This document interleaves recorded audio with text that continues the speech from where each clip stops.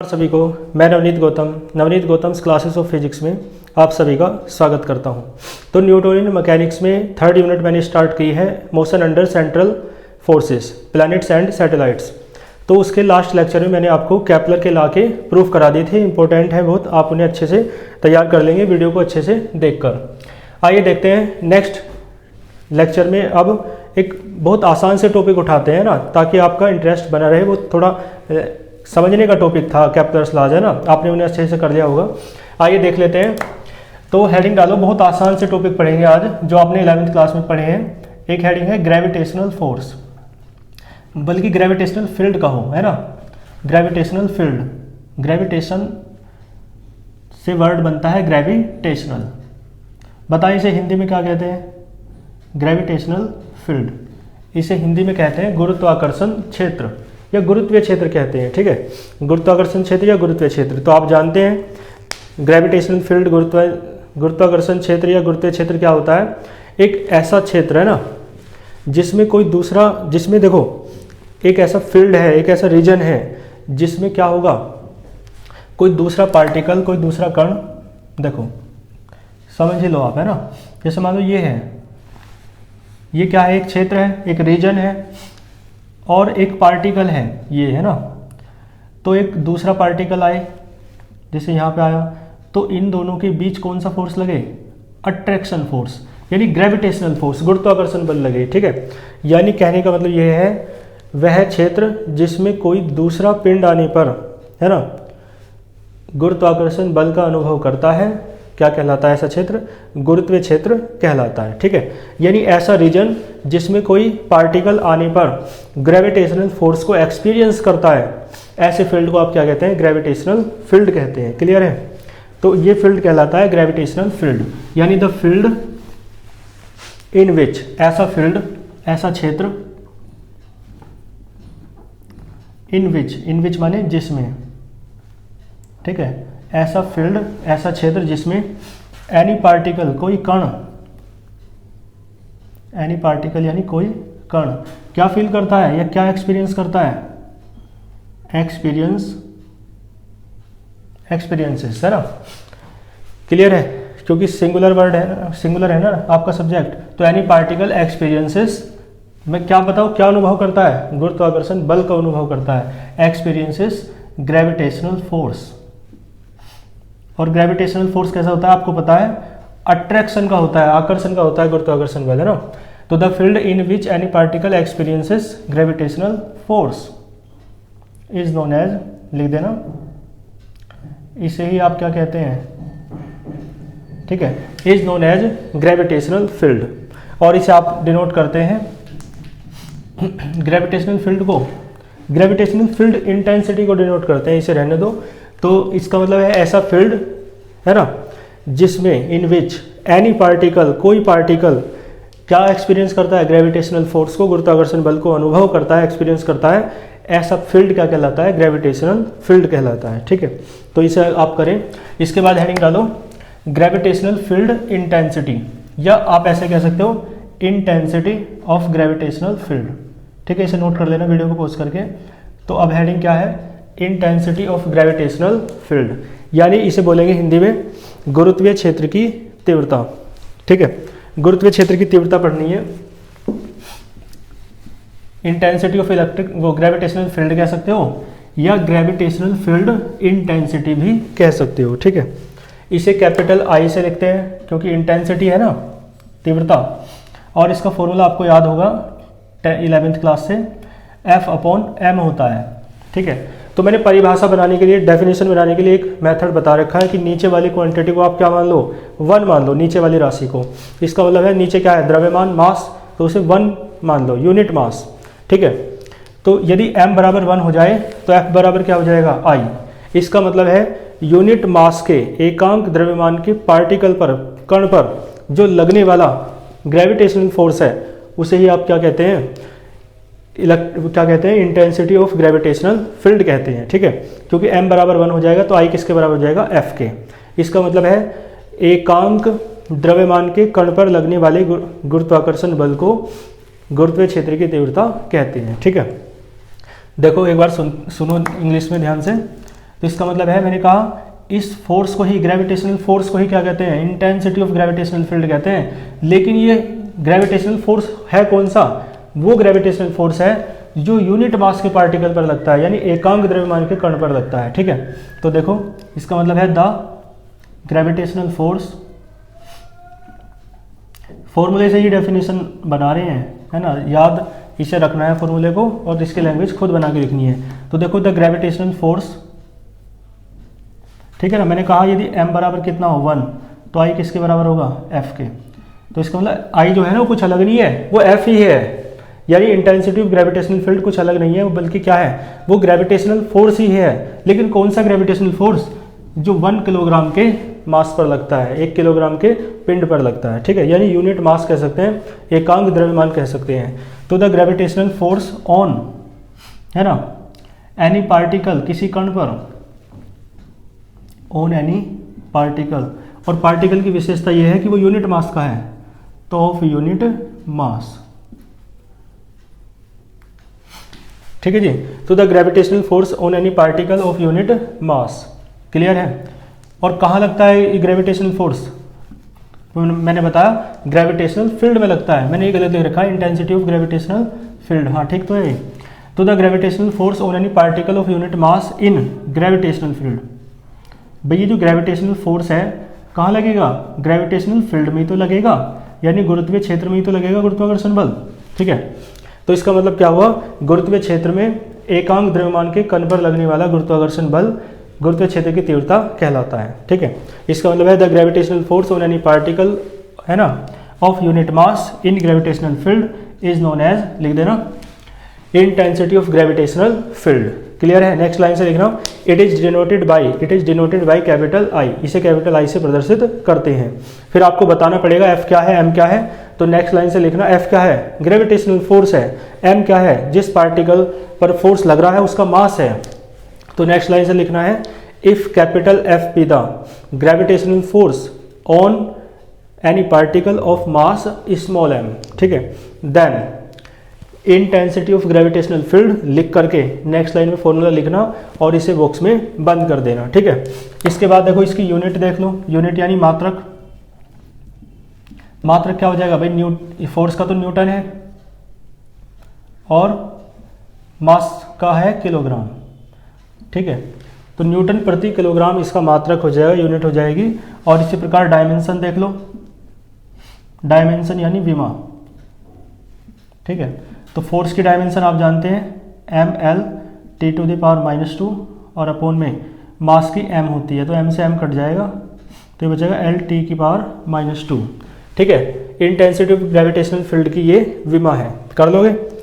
तो intensity of gravitational field complete हुआ, इसे आप नोट करें। चलते हैं फिर आगे, आइए चलते हैं फिर आगे। तो हेडिंग डालो, मैंने इंटेंसिटी ऑफ ग्रेविटेशनल फील्ड आपको पढ़ा दिया है। अब इंटेंसिटी ऑफ ग्रेविटेशनल फील्ड का एक्सप्रेशन करेंगे, व्यंजक, है ना। तो हेडिंग है एक्सप्रेशन, यानी व्यंजक बोलते हैं इसे, सूत्र भी कह सकते हो, expression of intensity of gravitational field, या ग्रेविटेशनल फील्ड इंटेंसिटी कह सकते हो। ठीक है, intensity of gravitational field.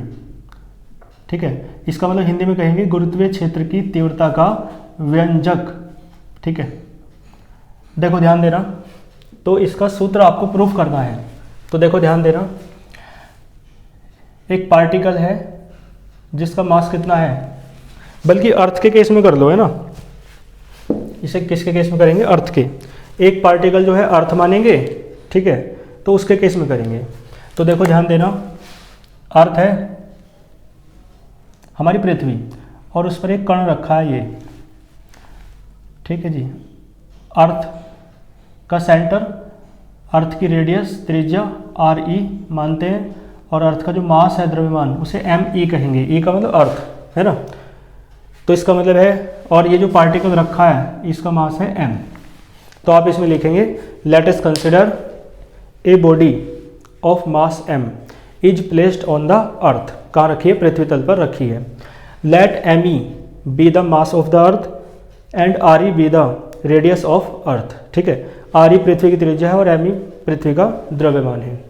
Then देखो, तो इन दोनों के बीच ग्रेविटेशनल फोर्स क्या हो जाएगा, तो देन ग्रेविटेशनल फोर्स, यानी इन दोनों के बीच गुरुत्वाकर्षण बल क्या हो जाएगा, अकॉर्डिंग टू न्यूटन्स लॉ, तो then gravitational force according to Newton's law. Newton का नियम मैंने पढ़ा दिया है आपको, न्यूटन्स ग्रेविटेशनल लॉ पढ़ाया नहीं, 11th में पढ़ा था आपने। तो क्या होता है, F इज इक्वल्स टू होता है capital G m1 m2 upon r square, है ना। लेकिन यहाँ m1 की जगह me आएगा, मास ऑफ अर्थ, m2 की जगह m आएगा, मास ऑफ पार्टिकल, और रेडियस मतलब डिस्टेंस की जगह, दोनों के बीच की डिस्टेंस यानी r की जगह क्या आएगा, re, क्योंकि त्रिज्या है ना ये, तो स्मॉल re आ जाएगा, ठीक है जी, बल्कि स्क्वायर आता है यहाँ पे। क्लियर है, तो ये हो जाएगा आपका इक्वेशन नंबर फर्स्ट हो जाएगी, है ना। और जी क्या है, वेयर करके लिख देना, यूनिवर्सल ग्रेविटेशनल कांस्टेंट, सार्वत्रिक गुरुत्वाकर्षण नियतांक, ठीक है, इसके बारे में बता चुका हूँ मैं। अब हमें तो इंटेंसिटी ऑफ ग्रेविटेशनल फील्ड निकालना है ना, तो देन लिख देना इंटेंसिटी ऑफ ग्रेविटेशनल फील्ड। क्या सूत्र है, अभी तो पढ़ा है, I बराबर F अपॉन M है, तो 1 अपॉन M बाहर कर लो, F की वैल्यू रख दो, क्या है, G me m upon r square, तो m से आपका m कट जाएगा, तो क्या बचेगा, G me upon r square, ठीक है जी, इस तरीके से, है ना। तो ये है इंटेंसिटी ऑफ ग्रेविटेशनल फील्ड का एक्सप्रेशन, कर लेंगे इसे, यहाँ तक आपको कोई भी दिक्कत नहीं होगी, करो इसे नोट।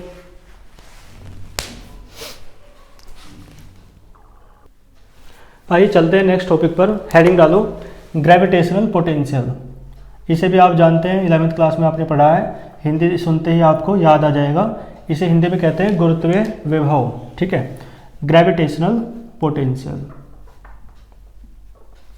क्या कहेंगे, गुरुत्वीय विभव, ठीक है, लिख सकते हैं आप। तो गुरुत्वीय विभव क्या होता है, यानी इसे कैपिटल V से लिखते हैं, और इसका फॉर्मूला होता है W upon M। Gravitational potential को W अपॉन V बराबर क्या होता है, W अपॉन M। W क्या है, किया गया कार्य है, वर्क डन है। M क्या है, मास है पार्टिकल का, और V क्या है, यही है ग्रेविटेशनल पोटेंशियल, गुरुत्वीय विभव। तो मैंने बता रखा है, नीचे वाली राशि को 1 मान लेते हैं। तो देखो, यदि M बराबर 1 हो जाए, 1 किलोग्राम यानी यूनिट मास, तो V बराबर क्या हो जाएगा, W। इसका मतलब है जो V है ना, ग्रेविटेशनल पोटेंशियल, वो कुछ अलग नहीं है, बल्कि वो वर्क डन के बराबर है, किए गए कार्य के बराबर है। तो बस अब ये देखना है कि वो किया गया कार्य कौन सा है, किस काम को कर रहे हैं आप, तो पता है किस काम को कर रहे हैं, एक मास है ना, यूनिट मास, जिसका द्रव्यमान कितना है, 1 किलोग्राम, उसे आप इन्फिनिटी से उठा के ला रहे हैं, ठीक है, और कहाँ, ग्रेविटेशनल फील्ड में, और ग्रेविटेशनल फील्ड के भी किसी बिंदु तक ला रहे हैं। तो इसे यहाँ से यहाँ तक लाने में जो किया गया कार्य है वो आपका W है, ठीक है। इसका मतलब ये हुआ, यूनिट मास के पार्टिकल को इन्फिनिटी से ग्रेविटेशनल फील्ड के किसी पॉइंट तक लाने में जो किया गया कार्य है उसे ही आप ग्रेविटेशनल पोटेंशियल कहते हैं, ठीक है। एक बार हिंदी में सुने, यानी एकांक द्रव्यमान के कण को अनंत से गुरुत्वीय क्षेत्र में स्थित किसी बिंदु तक लाने में किया गया कार्य गुरुत्वीय विभव कहलाता है। इसे कैपिटल V से प्रदर्शित करते हैं। बात आई समझ में? तो इसी बात को देखते हुए डेफिनेशन लिख देनी है, यानी V कुछ अलग नहीं है, वर्क डन है, तो इसका मतलब है वर्क डन को ही V कहते हैं। तो लिखेंगे द वर्क डन, है ना, किया गया कार्य है, द वर्क डन। लेकिन वर्क डन कौन सा, टू मूव या टू ब्रिंग कह सकते हो, लाने में, है ना, मूव कह सकते हो, चलाने में। भाई इन्फिनिटी से यहाँ तक चलाया या यहाँ तक लाए, एक ही बात है। तो वर्क डन टू मूव या ब्रिंग किसे, एनी पार्टिकल, किसी कण को। लेकिन कण कैसा है, सबसे मेन बात, एनी पार्टिकल ऑफ यूनिट मास, एकांक द्रव्यमान का कण है, यूनिट मास का। और कहाँ से कहाँ तक ला रहे हैं, from infinity to any point, किसी बिंदु तक, अनंत से किसी बिंदु तक ला रहे हैं, from infinity to any point. और ये पॉइंट कहाँ पर है, ग्रेविटेशनल फील्ड में है, गुरुत्वीय क्षेत्र में है। तो इन ग्रेविटेशनल फील्ड,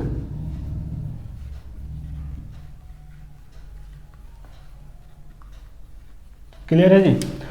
तो ऐसा वर्क डन मतलब, है ना, जो लाने में एकांक द्रव्यमान के किसी कण को लाने में, यूनिट मास के किसी पार्टिकल को लाने में, कहाँ से कहाँ तक, इन्फिनिटी से ग्रेविटेशनल फील्ड के किसी पॉइंट तक लाने में जो वर्क डन किया जाता है उसे ही आप क्या कहते हैं, इज नोन एज, यहाँ पे लिख देना, is known as gravitational potential.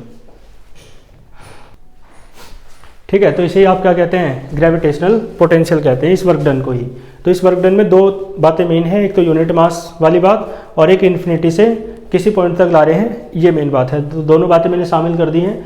The work done to move, है ना, any particle of unit mass, एक तो ये रही, और from infinity to any point दूसरी ये रही। और ये पॉइंट कहाँ का है, ग्रेविटेशनल फील्ड का है। तो इसे ही आप क्या कहते हैं, क्या कहते हैं, ग्रेविटेशनल पोटेंशियल कहते हैं, गुरुत्वीय विभव कहते हैं। ठीक है, तो नेक्स्ट लाइन से लिखना, it is denoted by capital V, इसे कैपिटल वी से प्रदर्शित करते हैं। और इसके बाद बताना पड़ेगा आपको कि W क्या है ना, M क्या है। तो नेक्स्ट लाइन से आप लिखेंगे, if W be the work done, है ना, if W be the work done to move any particle of mass m, mass m के पार्टिकल को लाने में, तो to move any particle of mass m from infinity to any point in the gravitational field, then, ठीक है, तो then क्या हो जाएगा, then gravitational potential. Next line में फॉर्मूला लिखना और इसे बॉक्स में बंद कर देना। इसके बाद यूनिट और डायमेंशन पे बात कर लेते हैं। देखो यूनिट क्या हो जाएगी भाई, W की यूनिट होती है जूल और मास की होती है किलोग्राम, तो इसकी यूनिट हो जाएगी जूल पर किलोग्राम। ठीक है, डायमेंशन पे बात कर लो, विमा पर। तो कार्य वर्क की विमा डायमेंशन आप जानते हो क्या होती है, ml² T की पावर -2, और इसकी होती है मास की m, तो m से m कट जाएगा, ये हो जाएगा l² T की पावर -2। ठीक है, तो ग्रेविटेशनल पोटेंशियल की डेफिनेशन वगैरह सब चीज़ें मैंने आपको पढ़ा दी हैं। इसका डेरिवेशन करते हैं, लेकिन यहाँ तक पहले आप नोट करें। आइए इसके बाद चलते हैं आगे। तो ग्रेविटेशनल पोटेंशियल मैंने आपको पढ़ाया, तो अब इसका एक्सप्रेशन कर लेते हैं, इसका व्यंजक कर लेते हैं। हेडिंग डालो, एक्सप्रेशन यानी व्यंजक। ठीक है, एक्सप्रेशन ऑफ ग्रेविटेशनल पोटेंशियल यानी गुरुत्वीय विभव का व्यंजक, एक्सप्रेशन ऑफ ग्रेविटेशनल पोटेंशियल। ठीक है, देखो यानी आपको V निकालना है, V का सूत्र आपको बताना है कि होता क्या है, तो इसे प्रूफ करेंगे। ठीक है, चलो तो देखो ध्यान देना, इसका डायग्राम इस तरीके से अर्थ के केस में ही बात करेंगे। तो ये आपकी अर्थ है, अर्थ का जो सेंटर है O है, इसका जो मास है ME है, और जो इसकी रेडियस है वो कितनी है, RE। ठीक है, और ये पॉइंट मान लो A है, एक पॉइंट यहाँ पर मान लो B है, और एक पॉइंट यहाँ पर मान लो C है, और सबसे लास्ट में जो पॉइंट है वो इन्फिनिटी है। ठीक है, इस तरीके से जो पॉइंट B है इसकी डिस्टेंस मान लो आप x, क्या मान लो x। ठीक है जी, जो पॉइंट A है उसकी डिस्टेंस मान लो r, A तक की डिस्टेंस, और जो अर्थ की रेडियस है वो कितनी है, RE, और वो जो C पॉइंट है B से C तक की जो डिस्टेंस है वो मान लो कितनी है, dx।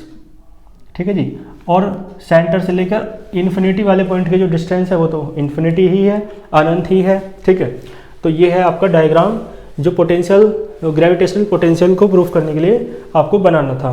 तो इसके बारे में लिख देना, लेट अस कंसिडर, है ना, क्या कहेंगे, एक पार्टिकल है जिसका मास m है, और मान लो वो कहाँ सिचुएटेड है, पॉइंट B पर, ऐसा मान के चलेंगे। तो लिखना, late us consider A particle of mass m is situated at point B at distance small x from the centre of the अर्थ।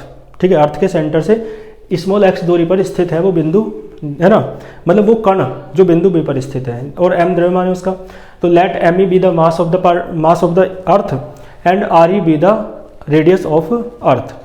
ठीक है, और बाकी ज़्यादा कहने की आवश्यकता नहीं है। देन, तो देखो ध्यान देना, ये पार्टिकल है मास m का, इसके और अर्थ के बीच ग्रेविटेशनल फोर्स लगेगा या नहीं, तो देखो देन ग्रेविटेशनल फोर्स,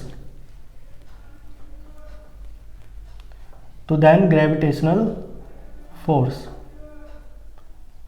है ना, किस किस के बीच, बिटवीन पार्टिकल एंड अर्थ।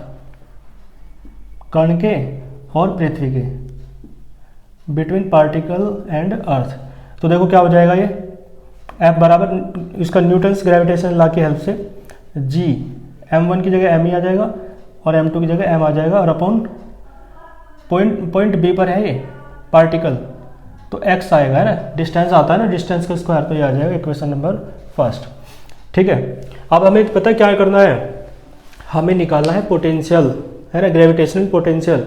तो ग्रेविटेशनल पोटेंशियल में पता क्या करते हैं, अनंत से लेके आते हैं, अनंत से किसी पार्टिकल को, और ग्रेविटेशनल फील्ड के किसी पॉइंट तक लेके आते हैं। तो आपको जो वर्क डन निकालना है ना, मतलब जो पोटेंशियल निकालना है, वो v w के बराबर था। आपने बताया कि m बराबर यदि 1 है तो v किसके बराबर है, w के, अभी तो बताया डेफिनेशन में। तो इसका मतलब w निकाल दो, v तो निकल ही जाएगा। ठीक है, और v बराबर w अपॉन m होता है, तो w निकाल दो, v तो निकल ही जाएगा, क्योंकि v तो निकालना है आपको ग्रेविटेशनल पोटेंशियल, गुरुत्व विभव। तो इसका मतलब पहले w निकालना पड़ेगा, और w कौन सा, w वो जो अनंत से, है ना, ग्रेविटेशनल फील्ड के किसी पॉइंट तक उस पार्टिकल को, उस कण को लाने में किया गया कार्य होता है। ठीक है, तो पहले आपको w निकालना पड़ेगा। तो w अनंत से लेकर, मान लो पॉइंट A तक लेके आ रहे हैं आप उस पार्टिकल को, तो अनंत से A तक लाने में किया गया कार्य निकालना पड़ेगा। ठीक है, work done to move the particle from infinity to point A, ये आपको निकालना पड़ेगा। तो इंटीग्रेशन वाले मेथड से इसे करेंगे। इंटीग्रेशन मेथड में आप जानते हैं करते क्या है, पहले सूक्ष्म के लिए निकाल लेते हैं, है ना, और फिर उसका इंटीग्रेशन कर देते हैं, समाकलन कर देते हैं, तो पूरे के लिए आ जाता है। तो आप एक काम करो, B से C तक, है ना, पार्टिकल को B से C तक ले जाने में किया गया कार्य निकाल लो। ठीक है, तो देखो ध्यान देना, तो देन वर्क डन, सूक्ष्म कार्य निकाल लो पहले, स्मॉल वर्क डन। तो then work done to move, और ये 11th क्लास में भी आपने करा है, तो कोई इतनी बड़ी बात नहीं है। Then the work done to move किसे, द पार्टिकल, कण को, है ना, कहाँ से कहाँ तक, मैं कह रहा हूँ सूक्ष्म कार्य निकाल रहे हैं, स्मॉल वर्क डन। तो B से C तक मान लो बस, है ना, पहले तो फ्रॉम B टू C, तो B से C तक निकालोगे तो वर्क डन जो होगा dw होगा, स्मॉल वर्क डन, है ना, और कार्य बराबर होता है बल गुना विस्थापन, फोर्स इंटू डिस्प्लेसमेंट। तो फोर्स इंटू डिस्प्लेसमेंट, विस्थापन B से C तक का विस्थापन कितना है, डिस्प्लेसमेंट dx, तो dx आएगा। तो dw बराबर फोर्स की वैल्यू रख दो ऊपर से, G_m_E_m अपॉन एक्स स्क्वायर और इंटू dx। ठीक है, स्मॉल वर्क डन निकाल लिया, लेकिन अब कंप्लीट वर्क डन निकालना होगा तो इंटीग्रेशन करना पड़ेगा। तो देखो then work done, complete work done निकाल लो। देखो B से C तक का निकाला था अभी, अब A से इन्फिनिटी तक का निकाल लेंगे। ठीक है, A से इन्फिनिटी तक, यानी पार्टिकल को A से अनंत तक, इन्फिनिटी तक ले जाने में किया गया कार्य कितना होगा। तो then the work done to move the particle, है ना, कहां से कहां तक मैंने बताया, from infinity to point A। Gravitational field का पॉइंट A है ना, हालांकि हमें लाना तो अनंत से इन्फिनिटी A तक है, लेकिन वो उल्टा कर देंगे बाद में, लेकिन पहले A से इन्फिनिटी तक का निकाल रहे हैं। तो देखो D तो नहीं रहेगा, अब कंप्लीट हो रहा है तो, और इंटीग्रेशन करना पड़ेगा इसका, G_m_E_m upon x square into dx का इंटीग्रल करना पड़ेगा। लेकिन एक बात देखो, A से अनंत से A तक ला रहे हैं, तो जब अनंत पे है वो पार्टिकल का, तो दूरी कितनी है भाई, dx आ रहा है, तो लिमिट कितनी किसकी लेनी पड़ेगी, डिस्टेंस की। तो जब अनंत पर है पार्टिकल, तो दूरी कितनी है अनंत उस पार्टिकल की, और जब वो पॉइंट A पर आ गया तो उसकी दूरी कितनी है, r यानी RE, या पहले RE रख लो, r, है ना। तो इसका इंटीग्रेशन कर दो, इंटीग्रेशन में कांस्टेंट बाहर आ जाते हैं, तो G_m_E_m बाहर आ जाएगा, ये बचेगा अनंत से r और dx upon x square, x की पावर -2 हो जाएगा ऊपर जाके, इधर कर देता हूँ, एक्स की पावर -2 हो जाएगा। तो इसका इंटीग्रल डायरेक्ट कर दूँ तो क्या आएगा, ये आ जाएगा -1/x, करना आप जानते होंगे, और इन्फिनिटी से r। तो w बराबर माइनस बाहर निकाल लो, G_m_E_m, है ना, लिमिट पुट करो, पहले r रखा जाएगा बीच में माइनस, और फिर अनंत रखा जाएगा, और 1/∞ क्या होता है, 1/∞ होता है 0। ठीक है, तो w बराबर आएगा आपका माइनस का G_m_E_m अपॉन r। ठीक है जी, माइनस का G M E M upon R. Clear है, यहाँ तक आपको कोई भी दिक्कत नहीं होगी। ठीक है, तो इसका मतलब है पहले फोर्स की बात की, फिर वर्क डन निकाला स्मॉल बी से सी तक को ले जाने में किया गया कार्य है। तो देखो बी से सी तक, हाँ लिख तो रहा है बी से सी तक, तो बी से सी तक ले जा रहे हैं तो फोर्स इनटू डिस्प्लेसमेंट। क्लियर है। और फोर्स किसका है, अट्रैक्शन का है। फोर्स किसका है, अट्रैक्शन का। एक बात सुनो, ये डब्ल्यू जो है कौन सा है, ये डब्ल्यू है अनंत से ए तक लाने में किया गया कार्य, या ये गलत कर रहे हैं, ए से अनंत तक ले जाना है पहले, ए टू इन्फिनिटी। ठीक है, तो पहले ए से इन्फिनिटी ले जाना है, तो इसका मतलब है ए से इन्फिनिटी ले जाओ, या तो डायरेक्ट दो तरीके हैं, या तो ए से इन्फिनिटी तक ले जाओ और फिर क्या कर दो, उसका अपोजिट कर दो, या हम जो करना चाह रहे हैं वही कर लो। और वो करने में क्या करना है आपको, इन्फिनिटी से ए तक लाना है उस पार्टिकल को। तो ए से इन्फिनिटी रहने दो चाहे, तो ए से इन्फिनिटी कर लो या फिर इन्फिनिटी से ए, एक स्टेप ना बढ़ाए तो इन्फिनिटी टू ए कर लिया। ठीक है, लिमिट आपको समझ में आ गई होगी। यहाँ डी एक्स आ रहा है तो इसका मतलब है लिमिट किसकी लेनी है, एक्स की, डिस्टेंस की। तो डिस्टेंस शुरुआत में जब पार्टिकल इन्फिनिटी पर था तो लिमिट डिस्टेंस भी कितनी थी, इन्फिनिटी। और जब पार्टिकल ए पर आ गया तब भी कितनी है आप, मतलब तब कितनी है आपकी डिस्टेंस, डिस्टेंस तब आर है। तो इन्फिनिटी टू आर लिमिट ली, कॉन्स्टेंट बाहर आ गए और फिर 1/x² का इंटीग्रेशन हुआ माइनस के 1/x, माइनस बाहर ले लिया, पहले अपर लिमिट रखी, बीच में माइनस, फिर लोअर लिमिट। तो W कौन सा आया, इन्फिनिटी से ए तक वाला आया, इन्फिनिटी से ए तक। ठीक है, तो W निकाल दिया आपने, तो W का एक्सप्रेशन भी आ गया। और आपको पता है W किसके बराबर होता है, पोटेंशियल एनर्जी के। तो यहाँ से पोटेंशियल एनर्जी का भी फॉर्मूला आ जाएगा माइनस का GMEM अपॉन आर। ठीक है, और आपको पता है R किसके बराबर है यहाँ पर, RE के। तो बिकॉज R बराबर RE है तो U बराबर आपका आ जाएगा माइनस का GMEM अपॉन RE। इसका मतलब है आप निकाल तो रहे हैं ग्रेविटेशनल पोटेंशियल, लेकिन साथ में एक एक्सप्रेशन आपको ग्रेविटेशनल पोटेंशियल के साथ साथ पोटेंशियल एनर्जी का भी मिल गया है, ग्रेविटेशनल पोटेंशियल एनर्जी का, यानी इसे कहेंगे गुरुत्वीय स्थितिज ऊर्जा का व्यंजक भी आपको मिल गया है। तो इसके नीचे लिख देना it is the expression of gravitational potential energy, यानी यह गुरुत्वीय स्थितिज ऊर्जा का व्यंजक है। ठीक है, लेकिन हमें क्या निकालना है, ग्रेविटेशनल पोटेंशियल। ठीक है, तो ग्रेविटेशनल पोटेंशियल निकालने के लिए अब तो कुछ नहीं करना, आपको पता है, लिख देना देन ग्रेविटेशनल पोटेंशियल V बराबर क्या होता है, W/m होता है। और W कौन सा, मैंने बताया था अनंत से, इस फॉर्मूले में अनंत से ग्रेविटेशनल फील्ड के किसी पॉइंट तक लाने में किया गया कार्य है, तो इन्फिनिटी से ए तक लाने में किया गया कार्य लेना है। तो ये निकाल तो रखा है, तो इसका मतलब है W कौन सा है, इन्फिनिटी टू ए है। ठीक है जी, इन्फिनिटी टू ए। तो आप एक बात देखें, इन्फिनिटी टू 1/m तो ऐसे रहने दो, इन्फिनिटी टू ए W इसकी वैल्यू रख दो माइनस का GMEM अपॉन आर। तो आप देखेंगे m से m कट जाएगा, तो V बराबर बचेगा माइनस का GME अपॉन आर। तो एक एक्सप्रेशन तो आपका ये आ गया। और साथ में आपको एक बात दिख रही है कि स्मॉल r किसके बराबर है, स्मॉल r आपका RE के बराबर है। तो लिख देंगे आप, चूंकि r बराबर RE, तो V का एक और एक्सप्रेशन आपके पास आएगा माइनस का GME अपॉन RE। ठीक है जी, तो ये डेरिवेशन आपका कंप्लीट हुआ, आपने इसे कर लिया है। ठीक है, तो एक्सप्रेशन किसका था, ग्रेविटेशनल पोटेंशियल का था। तो मैंने बताया सबसे पहले, है ना, एक पॉइंट माना आपने A अर्थ के सरफेस पर, एक पॉइंट थोड़ा ऊपर माना B, और फिर एक ऊपर। तो आपने माना B पर है, मान लो पार्टिकल जो है आपका कण, तो आपने उस पार्टिकल और अर्थ के बीच लगने वाले ग्रेविटेशनल फोर्स को कैलकुलेट किया according to Newton's gravitational law. तो ये हो जाएगा, है ना, डिस्टेंस की जगह x लिया जाएगा, इन दोनों के बीच की दूरी। फिर इसके बाद मैंने कहा आपको फाइनली निकालना तो अनंत से लेकर, है ना, ग्रेविटेशनल फील्ड के किसी पॉइंट तक लाने में किया गया कार्य है। तो वो क्या है, पॉइंट A मान लिया। तो इन्फिनिटी से A तक लाने में किया गया कार्य निकालना है, लेकिन उसे बाद में निकालेंगे, इंटीग्रेशन मेथड से कर रहे हैं, इसलिए पहले स्मॉल वर्क डन निकाल लो, सूक्ष्म कार्य है। तो आपने B से C तक जो कार्य आप कर रहे हैं, या C से B तक कह दो, है ना, B से C तक कह दो या C से B तक कह दो, है ना, बी से सी तक या सी से बी तक लाने में किया गया कार्य निकाला आपने। देखो बी टू सी है ना, या आप सी टू बी भी कह सकते हो, है ना, मैंने ओब्लिक कर दिया है सी टू बी।